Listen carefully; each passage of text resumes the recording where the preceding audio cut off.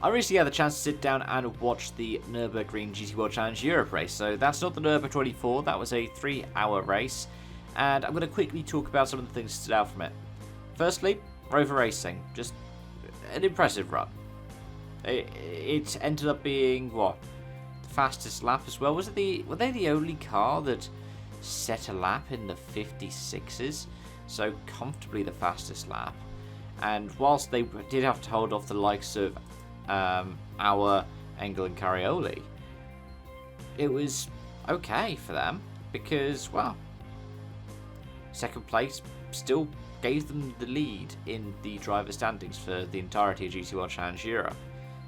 That puts them clear only by a few points, mind you, with only a couple of rounds left of Niederhauser and Muller, and then Wirtz and van der Linde. In theory, the likes of Goethe and Kirchhofer for Garage 59 are still going to be in contention.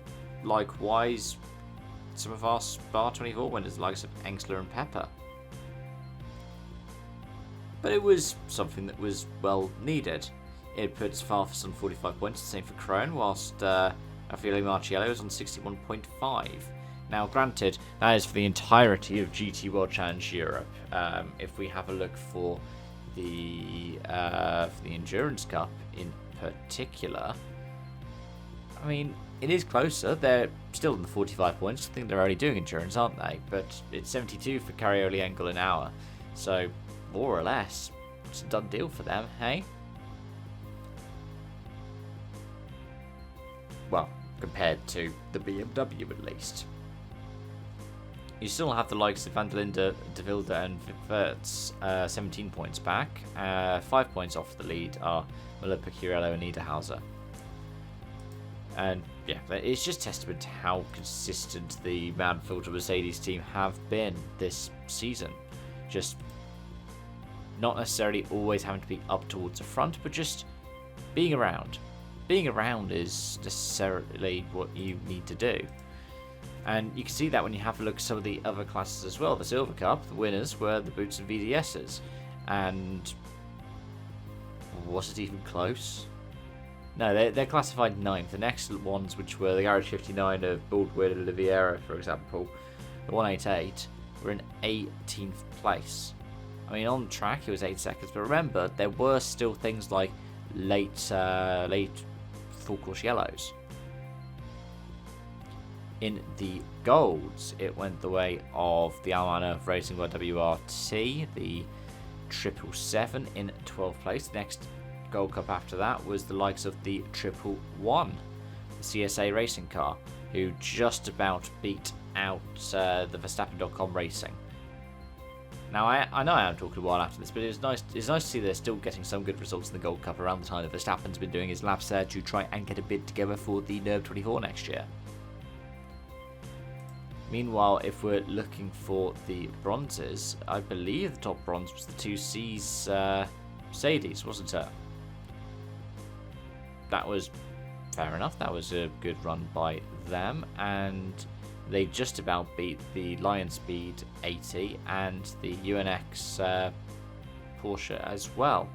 So in that one, it was Mercedes versus Porsche, which is not necessarily the most competitive Porsche was. I mean, Porsche got into the overall podium, and they had 2 in the top 5. But they were up at the pointy end of that field as well. Now, I do kind of need to talk about the other cars as well, because there were a couple of retirements, which was unfortunate for the people who were out of the race there. There were also a handful of drivers who ended up not being classified as well due to different issues. One of the ones that stood out for me was the Paradigm entry, because that car has had highs and lows. The drivers have had highs and lows this year as well. I think you could see that being reflected when you have a look at the standings. Because in bronze, overall for GT World Challenge Europe, it's Blattner and Marshall on 147, then it's Salikov on 114, and then it's Dienst on 89.5 and Piana on 85.5. And then if you look at it when it comes to the Endurance Cup, it is the likes of Lawson, Marshall and Butler on 82, from Salikov, Dienst and Piana on 61, then Colbradoni and Feller on 52 points. After that, you have Richie Everard and Magnus on 48, and then Robichon by himself on 46 points. If we have a look at gold for comparison, no, we can do silver last because I'm doing a random order for this one.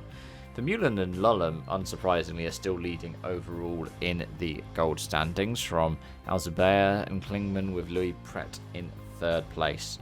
Just behind them then is Harry King, who jumps in for the endurance races, and then the likes of Moncini and Ergaard. If we get to the endurance then, as a result, for the endurance gold, it is still the Verstappen.com Racing, with all three of them on 106 points. Then Klingman, Alzerbea and Tuck are on 90 points. Gachet, Rougier and Keller on 84. Then it's Foster, Barr and Buncombe on 34. And that is quite a while back, isn't it? By himself on 33 is Pla, and actually tied on points, but classified as 6 because of countbacks, Gear, Sargent and Adelson. There's quite a gulf there when you look at gold. Is it similar story in silver?